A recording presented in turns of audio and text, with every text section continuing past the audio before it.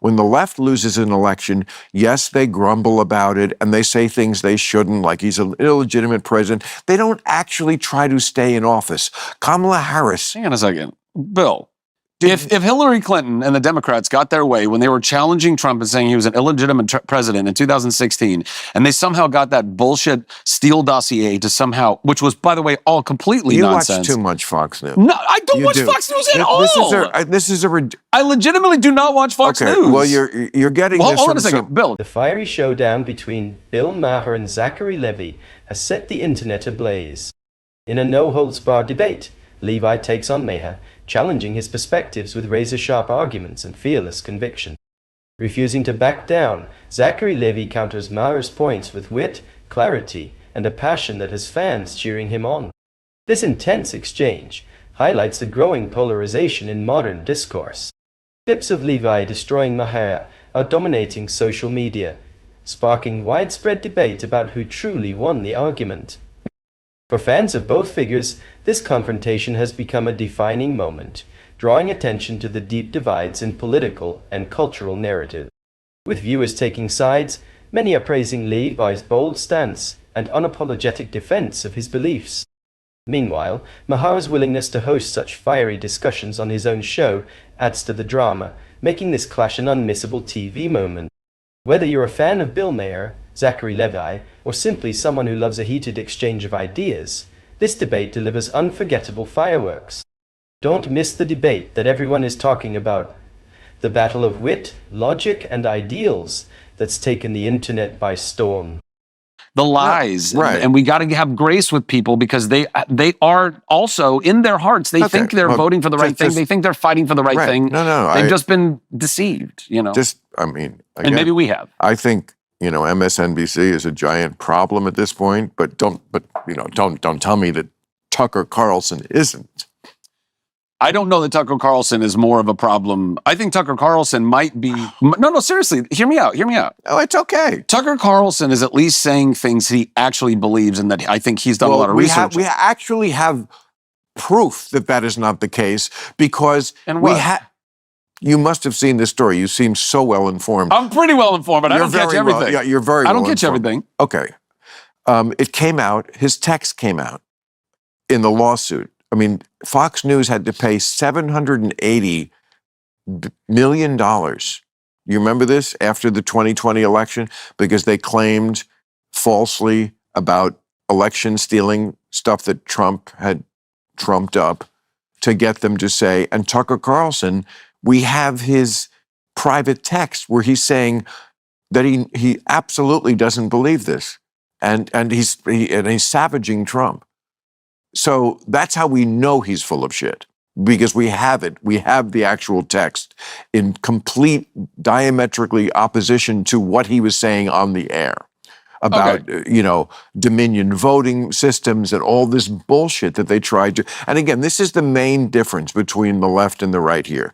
When the left loses an election, yes, they grumble about it and they say things they shouldn't, like he's an illegitimate president. They don't actually try to stay in office. Kamala Harris. Hang on a second. Bill Maher is so entrenched in his views that he can't see the bigger picture. I'll admit the right wing doesn't always get it right, far from it. But Maher seems to operate under the assumption that the left wing can do no wrong. He treats their actions, especially in situations like losing elections, as if they're always by the book and beyond reproach. The reality, that's far from true. When Donald Trump won the 2016 election, all we heard was Russia collusion repeated endlessly. During his presidency, they impeached him multiple times and even weaponized the EOJ against him. Actions taken out of fear long before Trump was confirmed as the Republican candidate for 2020. The left isn't flawless. They've arguably behaved worse than the right in some cases. As for the Tucker Carlson controversy, I'll concede that those leaked texts don't paint a good picture. If Carlson knowingly spread misinformation while privately admitting otherwise, that's problematic. But let's not pretend this is unique to Fox News. Both Fox News and outlets like MSNBC and CNN are in the business of pandering to their audiences rather than presenting unbiased facts.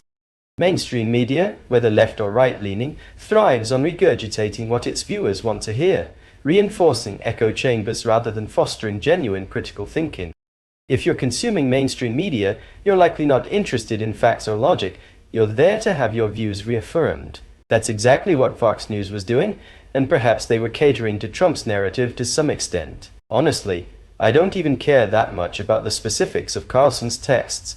What bothers me is how Maher weaponizes moments like this, giving his audience ammunition to cling to indefinitely. It's a tactic he'll never abandon. Did they not all think that he was a Russian asset and that Russia had fixed the election? Okay. Was that not what they were saying? Okay, but I got to explain to you the difference. Was it not? And then we don't have to talk about this all night. Was it I will. But here's the difference. 2016, Trump pulls an inside straight and wins the Electoral College. Yeah. Hillary acknowledges this happened, concedes the election before the cock crows the next day. Same as this time.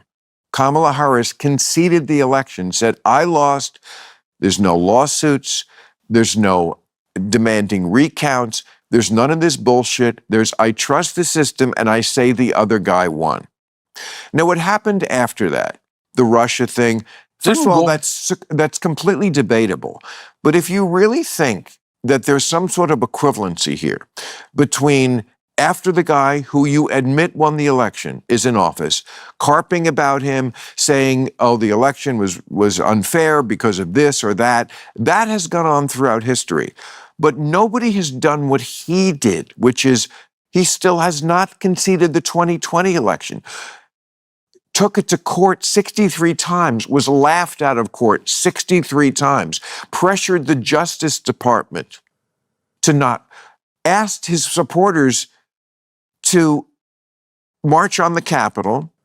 He didn't ask them to do that. Okay, but and also he requested the National Guard, and it's been confirmed that he was denied by Pelosi. But the point is that by not conceding the election, by never saying from November, whatever day that election was, November 5th or something, to January 6th, he had 2 months to say to his supporters, yeah, we lost, we'll come back next time, you don't win them all, like every other president and candidate ever did, including when it was possibly not kosher, like Nixon in 1960, Al Gore in 2000, but they did it. They came out and said after a recount. If you don't get why that's completely different than whatever you're trying to say is an equivalency, then I can't talk more about this. I just have to accept this. Let me clarify though. But it is. I'm not trying to excuse all of that. It's as crazy as I'm not saying that men can have babies on the other side. The key difference here is that Zachary Levi is willing to acknowledge faults on his own side. He openly admits that Donald Trump could have handled the 2020 election, lost more gracefully. Agreeing with this point might upset some die-hard Trump supporters, but it's a fair critique. Trump's refusal to concede was ego-driven, and could have been approached more tactfully. In contrast, Bill Maher refuses to concede that the left wing has ever done anything wrong. He won't acknowledge how the DOJ was weaponized against Trump, or how the left spent his entire first term pushing baseless claims of Russia collusion. Everyone involved, from Hillary Clinton to those spreading the narrative, knew the allegations had no substance, yet they persisted, damaging Trump's presidency with lies and relentless attacks. This illustrates the gap between Levi and Maher, but Maher would never extend the same courtesy to the other side. He clings to the notion that the left is always in the right, even when evidence to the contrary is overwhelming. Conversations like these often feel futile. While it's satisfying to see someone like Levi challenge Maher and expose flaws in his arguments, it doesn't necessarily change anything. People like Maher aren't operating from a place of logic or openness. They're entrenched in their positions, unwilling to see beyond their own biases. It's hard to reason with someone who didn't use reason to arrive at their beliefs in the first place, and that's the real frustration here. Do you like videos like this? Subscribe to see more. Thanks for watching.